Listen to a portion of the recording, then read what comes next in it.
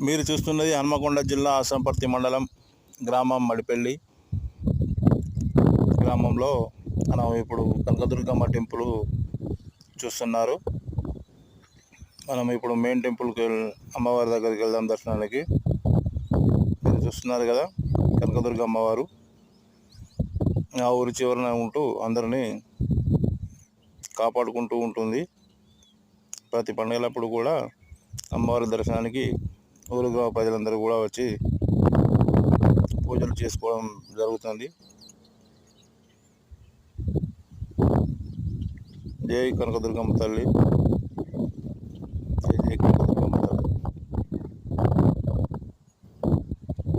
అలాగే మాకు ఇక్కడ పక్కనే శివాలయం కూడా గుట్ట మీద ఉంటుంది.